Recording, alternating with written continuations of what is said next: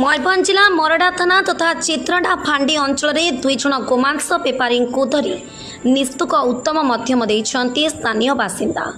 सूचना मुताबक बजरंग नेता युधिष्ठिर भद्र, सतीश महंत, युद्धेश्वर महंत और अन्य माने गरडा अंचल में गोमांस बिक्री होथिबार सूत्र पाई बरमाई लिकर ग्रामर पीतांबर मुखी और मोहनपुर सुनाराम मुखी 2 जन गोमांस बेपारी एक मोटरसाइकेल जोगे 38 केजी मांस बालेश्वर जिला बस्ता को 12 माइल को अनु नेउथिबा समय आज सकाळ समय चित्रडा छकरू एमानंकु पिछा करी ब्लॉक एवं कल्याणी छक मझिरे नगदा बंद पल निकट में काबू करथिले।